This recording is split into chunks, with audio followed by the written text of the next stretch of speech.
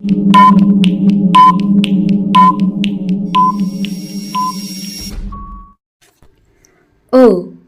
से अनार।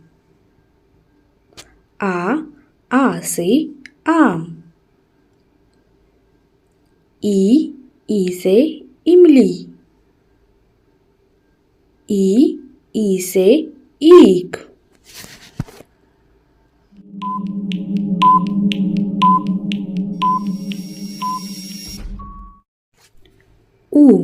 ऊ से उल्लू।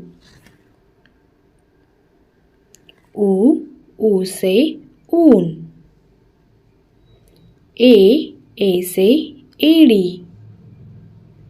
आई से ऐनक।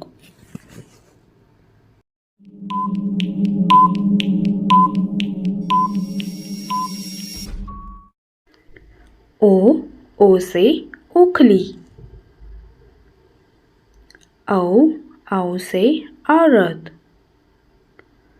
अन से अंगूर। खाली।